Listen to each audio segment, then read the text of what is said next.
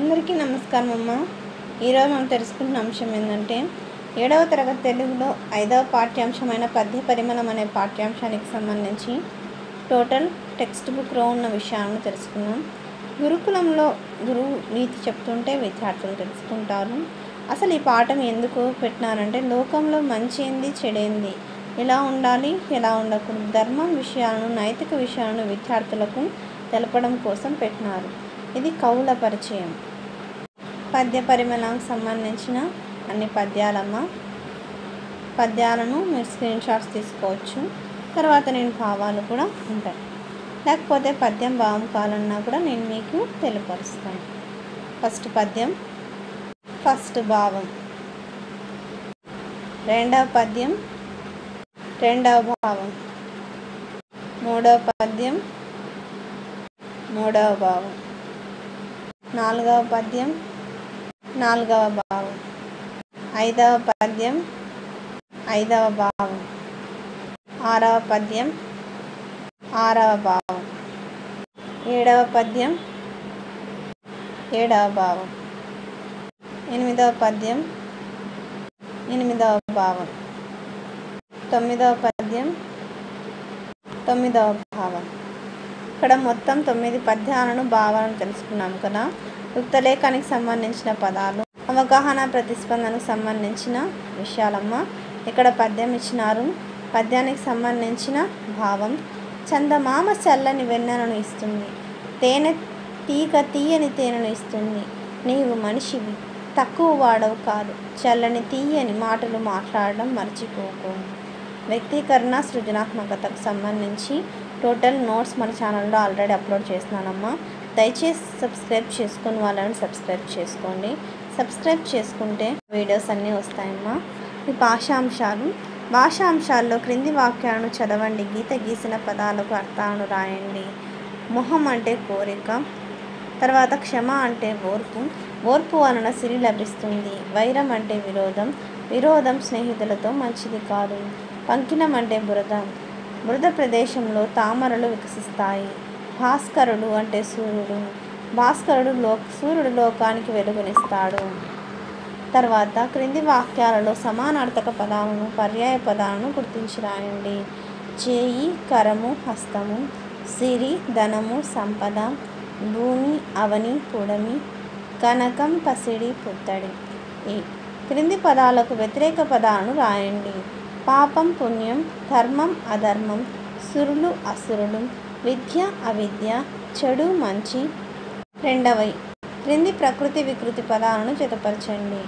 విద్య, విద్య, అగ్ని, అగ్గి, ధర్మము ప్రకృతి, ధమ్మము వికృతి, హంస ప్రకృతి, అంశ వికృతి, ముఖము ప్రకృతి, మొగము వికృతి. తర్వాత పదకేలి.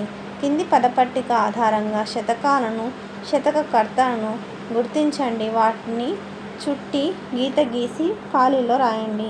ఇది స్క్రీన్ షాట్స్ తీసుకోండమ్మా. తర్వాత ధూర్చటి రాసిన శతకం పేరు కాళహస్తీశ్వర శతకం, వీరబ్రహ్మం గారు రాసిన శతకం పేరు కాళికాంబ శతకం, మారద వెంకయ్య రాసిన శతకం భాస్కర శతకం, తెలుగు బాల శతకాన్ని రచించినది కరుణశ్రీ, కంచర్ల గోపన రాసిన శతకం దాశరథి శతకం, సుమతి శతకం బద్దెనం, నార్ల చిరంజీవి తెలుగు పూల శతకం, సిరిమూవ శతకం శ్రీశ్రీ. తర్వాత కాళికాంబ సప్తశతి శతకం రాసినది. కాళికాంబ సప్తశతి శతకంలోని పక్షి అంటే హంస, కాళికాంబ హోహ, కాళికాంబ హంస, కాళికాంబ కదా. సుభాషిత రత్నావళి కర్త పేరులోని జంతువు, ఏనుగు లక్ష్మణ కవి అంటే ఏనుగు జంతువు.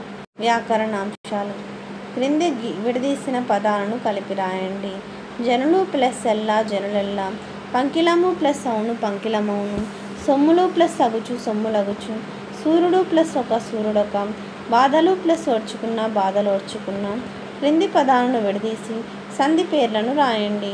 సౌఖ్యములెల్లను, సౌఖ్యములు ప్లస్ ఎల్లను కారసంధి, పంకిలమవును, పంకిలము ప్లస్ అవును కారసంధి, కార్యములెల్లా, కార్యములు ప్లస్ ఎల్లా కారసంధి.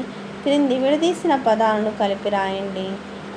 శుద్ధి అగును, శుద్ధి అగును, లేని ప్లస్ అప్పుడున్, లేనప్పుడన్, లేనప్పుడన్, మూసిన ప్లస్ అంతటన్, మూసినంతటన్, మూసిన ఎంతటన్, ప్రేమ ప్లస్ ఉసంగా ప్రేమోసంగా ప్రేమయుసంగా, ముట్టక ప్లస్ ఉండదదెట్లు ముట్టకుండదదెట్లు. తర్వాత క్రింది పదాలను విడదీసి సంధి పేర్లను రాయండి. గురుపదేశం గురు ప్లస్ ఉపదేశం సవర్ణ దీర్ఘ సంధి. చరణాభివాదనం చరణ ప్లస్ అభివాదనం సవర్ణ దీర్ఘ సంధి. విద్యార్థి విద్యా ప్లస్ అర్థి సవర్ణ దీర్ఘ సంధి. ఋషీశ్వరుడు ఋషి ప్లస్ ఈశ్వరుడు సవర్ణ దీర్ఘ సంధి. కింద గీత గీసిన పదాలలోని ప్రత్యయాలను గుర్తించి రాయండి. ఇక్కడ కిన్కున్ యొక్క లోన్ లోపల షష్ఠీ విభక్తి, నిన్నులను గూర్చి గురించి ద్వితీయ విభక్తి, కిన్కున్ యొక్క లోన్ లోపల షష్ఠీ విభక్తి, అందున్నన్ సప్తమి విభక్తి, ఓ ఓయి ఓరి ఓసి సంబోధన ప్రథమ విభక్తి, చితంచెన్ తొడంతో తృతీయ విభక్తి, డూము ఊలు ప్రథమ విభక్తి, వలనన్ కంటెంట్ బట్టి పంచమి విభక్తి, కొరకుంక చతుర్థి విభక్తి. ఆగం అంటే క్రింది వాక్యాలను చదవండి. గీత గీసిన పదాలను విడదీసి రాయండి. మా యమ్మ మా ప్లస్ అమ్మ, దుక్కిటెద్దు దుక్కి ప్లస్ ఎద్దు, చిగురుటాకు చిగురు ప్లస్ ఆకు, గుణవంతురాలు గుణవంత ప్లస్ ఆలు. ఆదేశం ఆదేశం అంటే ఒక అక్షరాన్ని తొలగించి వేరొక అక్షరం శత్రువులాగా వచ్చేదాన్ని ఆదేశం అంటారు. కూరగాయలు ఇక్కడ కా పోయి కా వచ్చింది, గాకు కూరగాయలు, కూర ప్లస్ కాయలు, ఇక్కడ కా పోయి గా పోయి కా వచ్చింది. గుర్రపు కళ్ళెం ఇక్కడ గుర్రము ప్లస్ కళ్ళెం, ఇక్కడ పూ పోయి మూ వచ్చింది. కాళ్ళు చేతులు, కాళ్ళు ప్లస్ చేయి, ఇక్కడ సే పోయి చే వచ్చింది. తర్వాత చతుర్థి విభక్తికి సంబంధించినట్టు ఇక్కడ ఇటువైపు ఉన్న దానిలో కొరకు సరిపోయే చేర్చి రాయాల. ఇట్లా మనం రాసేసినాం. వంట కొరకు అంటే వంట కొరకు కట్టెలు కొట్టబడినవి. గాలి కొరకు అంటే గాలి కొరకు కిటికీలు తెరిచారు. వామనుని కొరకు బలి 3 అడుగుల నేలను దానం చేశాడు. సూర్యోదయం కొరకు పద్మాలు వేచి ఉన్నాయి. దశరథుడు పుత్ర సంతానం కొరకు పుత్రకామేష్టి యాగం చేశాడు. కొరకుంకై చతుర్థి విభక్తి. ప్రాజెక్టు పని, క్రమ సంఖ్య, కవి పేరు, కాలం, శతకం పేరు, ఇతర రచనలు. వేమన 17వ శతాబ్దం. ఇతని శతకం పేరు వేమన శతకం. ఇతని ఇతర రచనలు ఏమీ చేయలేదు, కేవలం వేమన శతకం మాత్రం రాసినాడు. పోతన 15వ శతాబ్దం. నారాయణ శతకం, ఆంధ్ర మహాభాగవతం, భోగిని దండకం రాసినాడు. తర్వాత పక్కి అప్పల నరసయ్య 16వ శతాబ్దం. కుమార శతకం, కుమారి శతకం. ఇక్కడ చమత్కార పద్యం ఇచ్చినారు. అందరికీ ధన్యవాదాలమ్మా. ఇంకా మా ఛానల్ సబ్స్క్రైబ్ చేసుకొని వాళ్ళని దయచేసి సబ్స్క్రైబ్ చేసుకొని లైక్ చేసి షేర్ చేసి మీ ఫ్రెండ్స్కు రిలేటివ్స్ అందరికీ నా ఛానల్ సబ్స్క్రైబ్ చేసుకోమని చెప్పండి. మన ఛానల్ని సబ్స్క్రైబ్ చేసుకొని ప్రత్యక్షంగా పరోక్షంగా సపోర్ట్ చేస్తున్న వాళ్ళందరికీ పేరు పేరున ప్రత్యేకమైన హృదయపూర్వక ధన్యవాదాలు. అందరికీ ధన్యవాదాలు. దయచేసి వీడియోని మాత్రం స్కిప్ చేయొద్దు.